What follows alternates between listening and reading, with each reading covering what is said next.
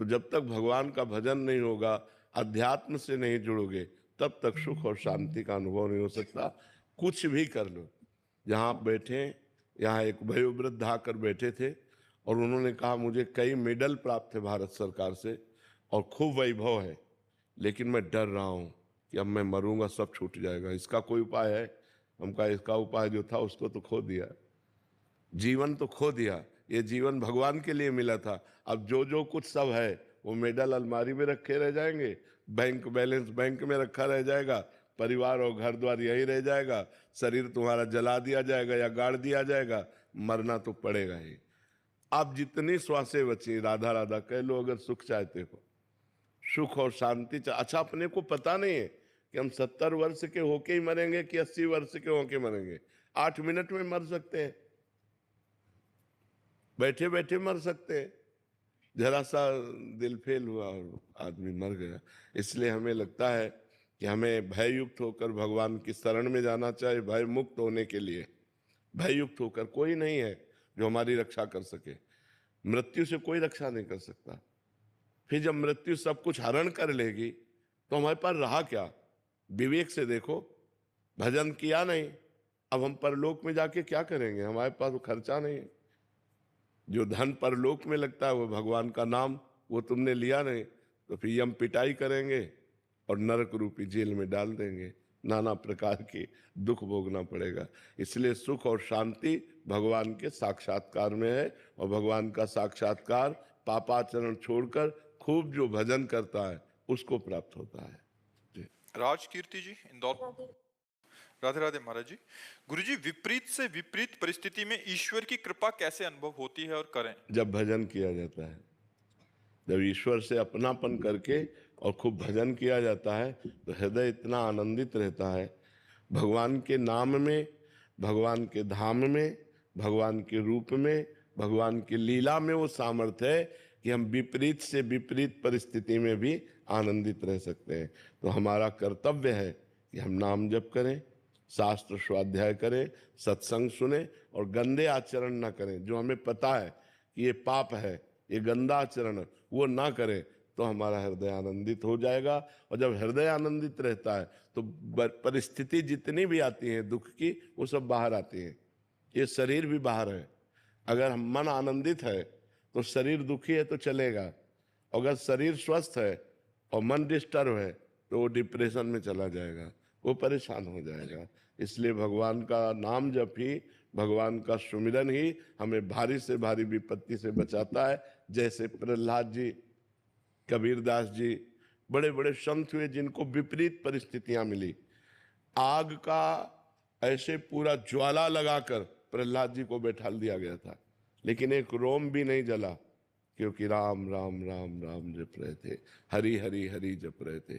तो भगवान के नाम में इतनी सामर्थ्य है कि भारी से भारी विपत्ति में भी हम उसे सह सकते हैं। तो हमें लगता है हर विपत्ति, हर दुख को हम भगवान से जुड़कर काट सकते हैं, अन्यथा नहीं, अन्यथा तो टूट जाएंगे।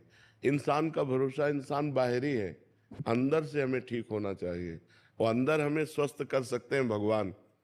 हमें आनंद है, क्यों? क्योंकि आनंद चंद्र भगवान।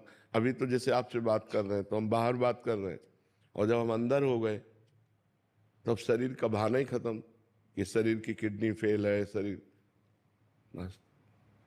जो जब कष्ट हो रहा है उस समय भी भगवान सामने है। मरने की बात जब आती है तो लगता है भगवान से ही तो मिलना है, मरने का मतलब है भगवान से मिलना है। क्या यार दिक्कत है? एक आनंद है।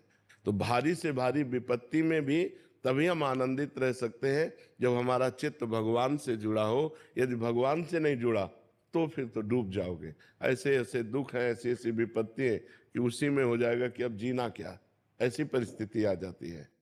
और देखो, भगवान से अगर चित्त ना जुड़ा हो तो सब ठीक होते हुए ऐसे पाप बन जाते हैं। पति ठीक है, पत्नी जवान है, उसने दूसरे पुरुष का वरण कर लिया, अपने पति की हत्या कर दी, अब वो जेल चली गई, ना उसको बॉयफ्रेंड मिला ना पति मिला। बुद्धि भ्रष्ट हो जाती है ना।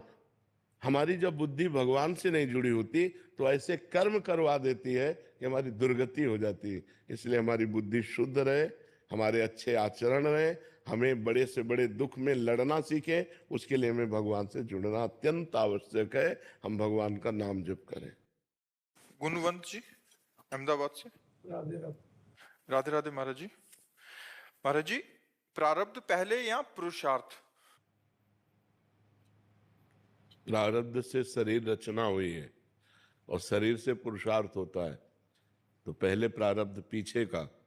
अब जो पुरुषार्थ करोगे उसका परिणाम प्रारब्ध ही निकालेगा।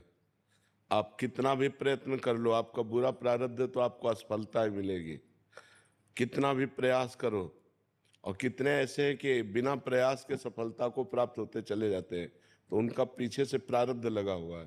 पहले प्रारब्ध, क्योंकि उसने रचना की है शरीर की। शरीर की रचना जिस समय हमारा शरीर रचा गया है, उस समय शुभ और अशुभ कर्म दोनों से मिश्रित बनाया गया है, उसी समय प्रारब्ध रच दिया गया। पुरुषार्थ तो आज करेंगे, प्रारब्ध तो पीछे से रचा हुआ है। समझ में आ रहा है ना जी? सुनीता जी। राधे राधे महाराज जी। महाराज जी, भाव के रूप में मैं आपके चरणों में प्रणाम करती हूँ। महाराज जी, महाराज जी ये कहना चाह रहे हैं कि इनको जीवों से ज्यादा जानवरों से, वनस्पति, वो भी तो जीव है, उन्हीं से ज्यादा प्रेम है। वो भी तो जीव है। जैसे मनुष्य से इतना वो नहीं पाता, जैसे कुछ खाने का, जीवों को देने का मतलब मन का कोई बात नहीं, तो उसमें परेशानी क्या है? दया भाव नहीं आती मनुष्य को प्रति महाराज जी। तो बोलो कोई बात प्रति बहुत ज्यादा है। कोई बात नहीं है, लेकिन उनकी भी सेवा करो, उनमें भगवान देख के। उनमें भी भगवान है, वो मनुष्यों में भी भगवान है। जो चींटी में भगवान है वही मनुष्य में भगवान है। भगवान में अंतर नहीं, आपके भाव में अंतर है। तो क्यों नहीं हो पा रहा महाराज जी ऐसा? अब कोई है आपकी मलिन वृत्ति, पवित्र वृत्ति तो नहीं है, मलिन वृत्ति है अंदर। नाम जप करो, उससे नष्ट हो जाएगी। अरे सिय राम मैं सब जग जानी, करो प्रणाम जोर जुग पानी।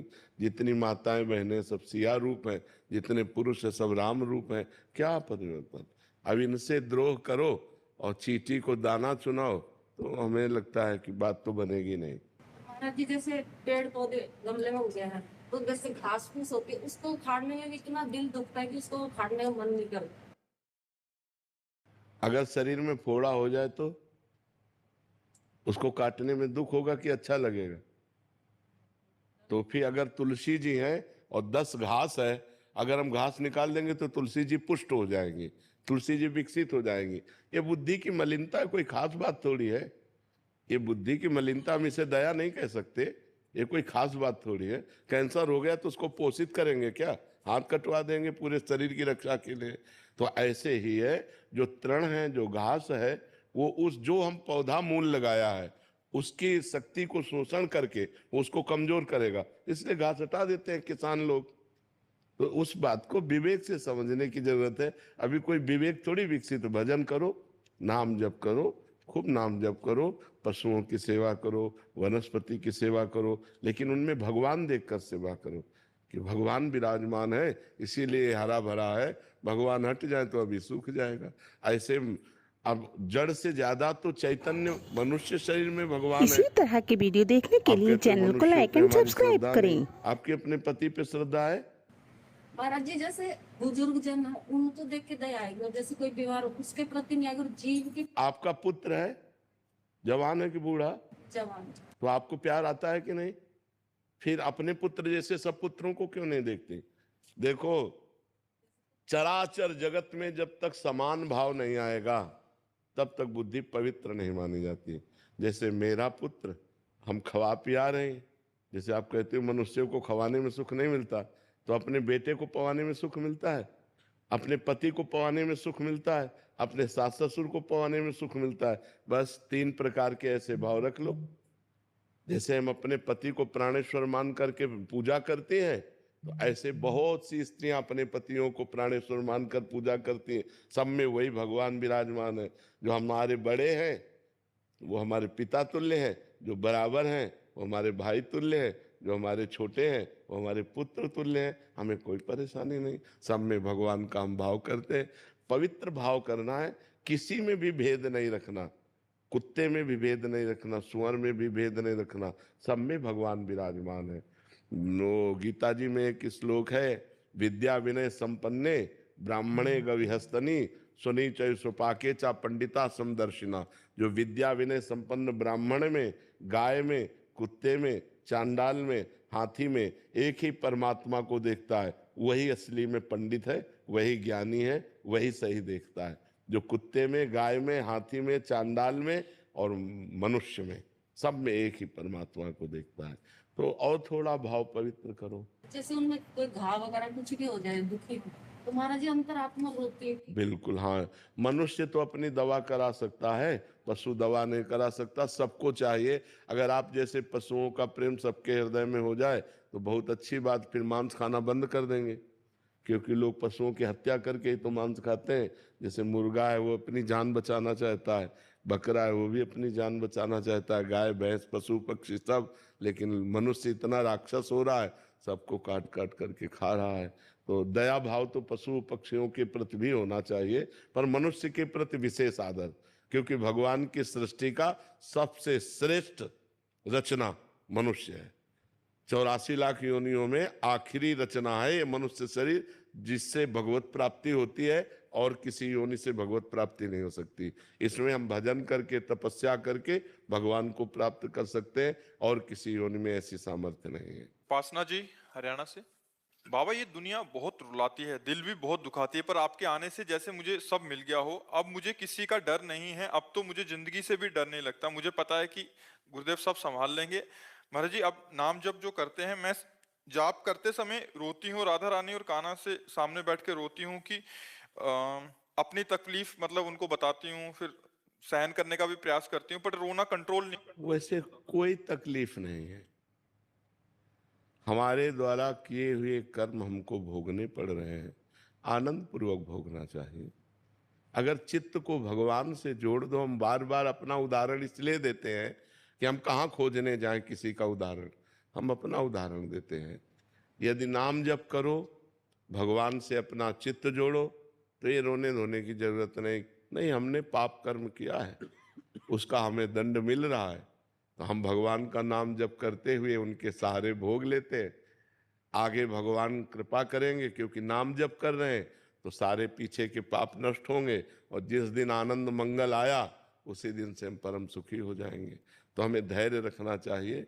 जैसे हम धैर्य पूर्वक रात काटते हैं, दिन आ ही जाता है, ऐसे ही दुख काटते हैं, सुख आ ही जाएगा, चिंता मत करो। प्रभु से रोने धोने की जरूरत नहीं।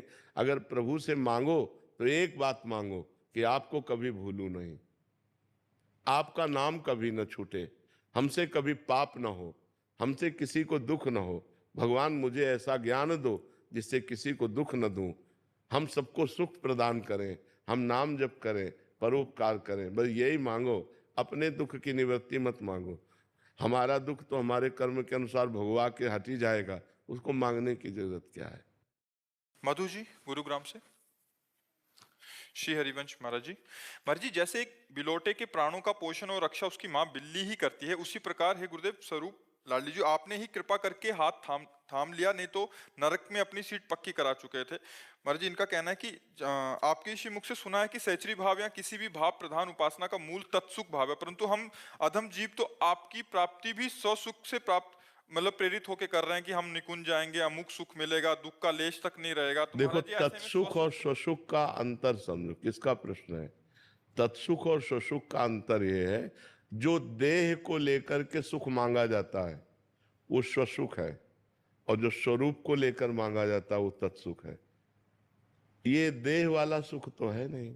देह वाला सुख कि हमें अच्छा भोजन मिल जाए, अच्छे कपड़े मिल जाए, अच्छा मकान मिल जाए, ये स्वसुख वांछा है।